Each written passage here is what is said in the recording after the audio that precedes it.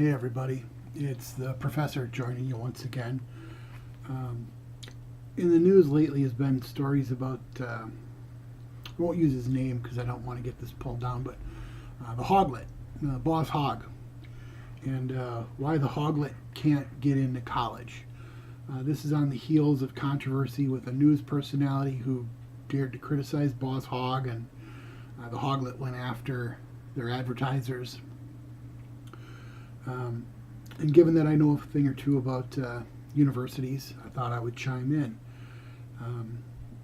I know a lot of you might be saying, well, why can't the Hogglet get into college?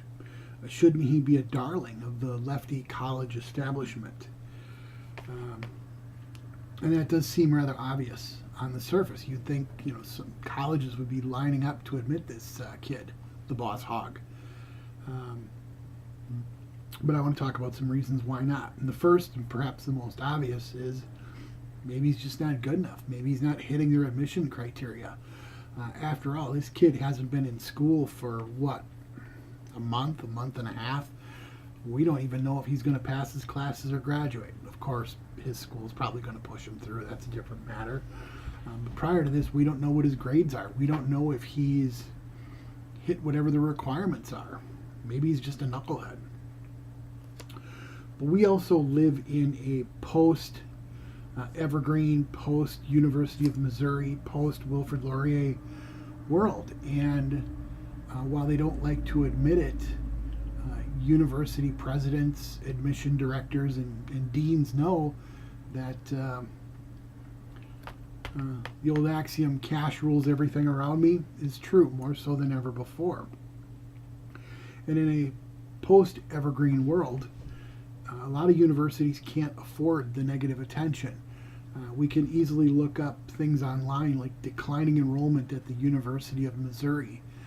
After the protests there, year over year enrollment has dropped, I believe, for the last 2 years, and they're forecasting continuous drops in the future. And the ironic thing is, students from both ends of the political spectrum have indicated that they no longer wish to attend. Far left students, and again, I'm oversimplifying here, believe the protesters and say the campus isn't right for me. Right-leaning students have said, I don't want to go to school there because I'm going to be called a sexist, racist, Nazi, and be harassed. So by eliminating students from both left and right, they don't have many students left to enroll.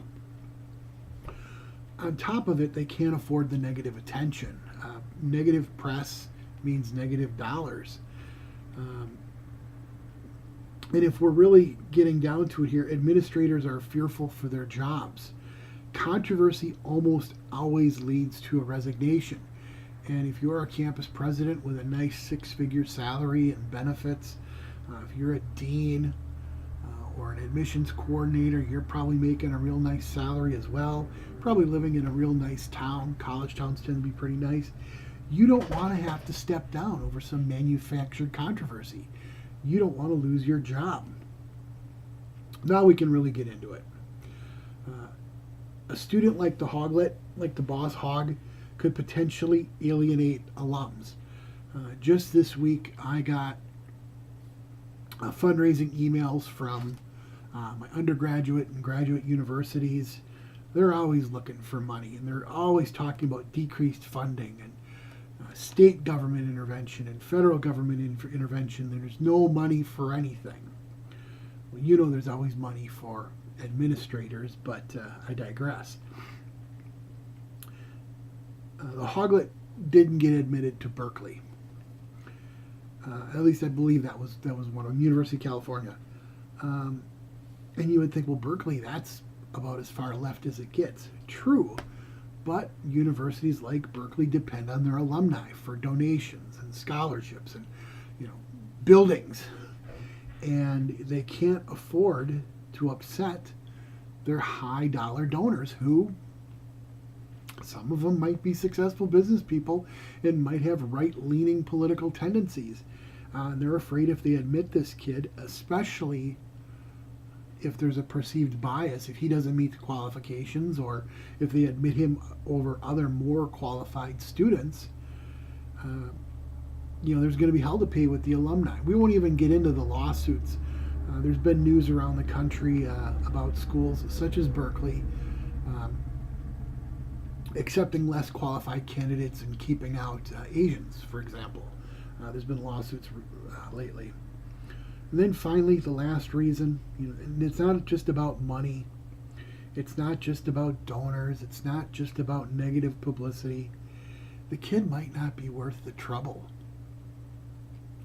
You got to realize that this kid has been on CNN more the last 6 weeks than he's been in school. Probably that he slept. The kid is always on the news, always doing interviews, always shooting his mouth off. And that's great when he's going against your enemies. But what if you admit him, and God forbid a teacher says something he doesn't like and ticks off Boss Hogg? Is he going to run back to his buddies at CNN and complain about your professor and complain about your university? Do you really need that negative attention? You know that this kid will pop off at the slightest provocation. Do you really need him going after your university?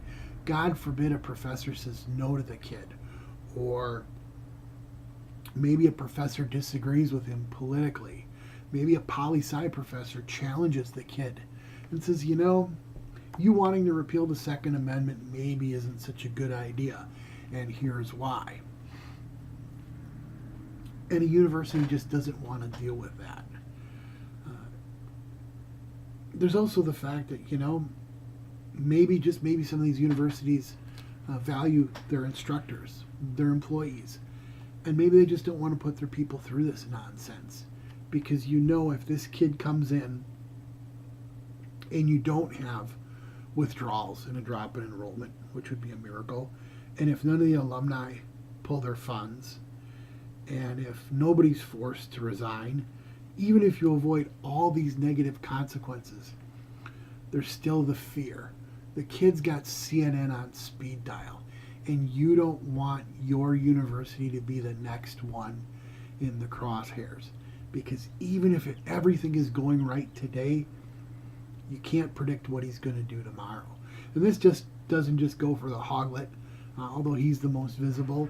It goes for any of the other kids that are so visible and suddenly verified with 500,000 followers on Twitter. You don't want them to turn their sights on you, so it's not worth it. I don't work in admissions, but if I did, I would suggest maybe we find a more qualified candidate.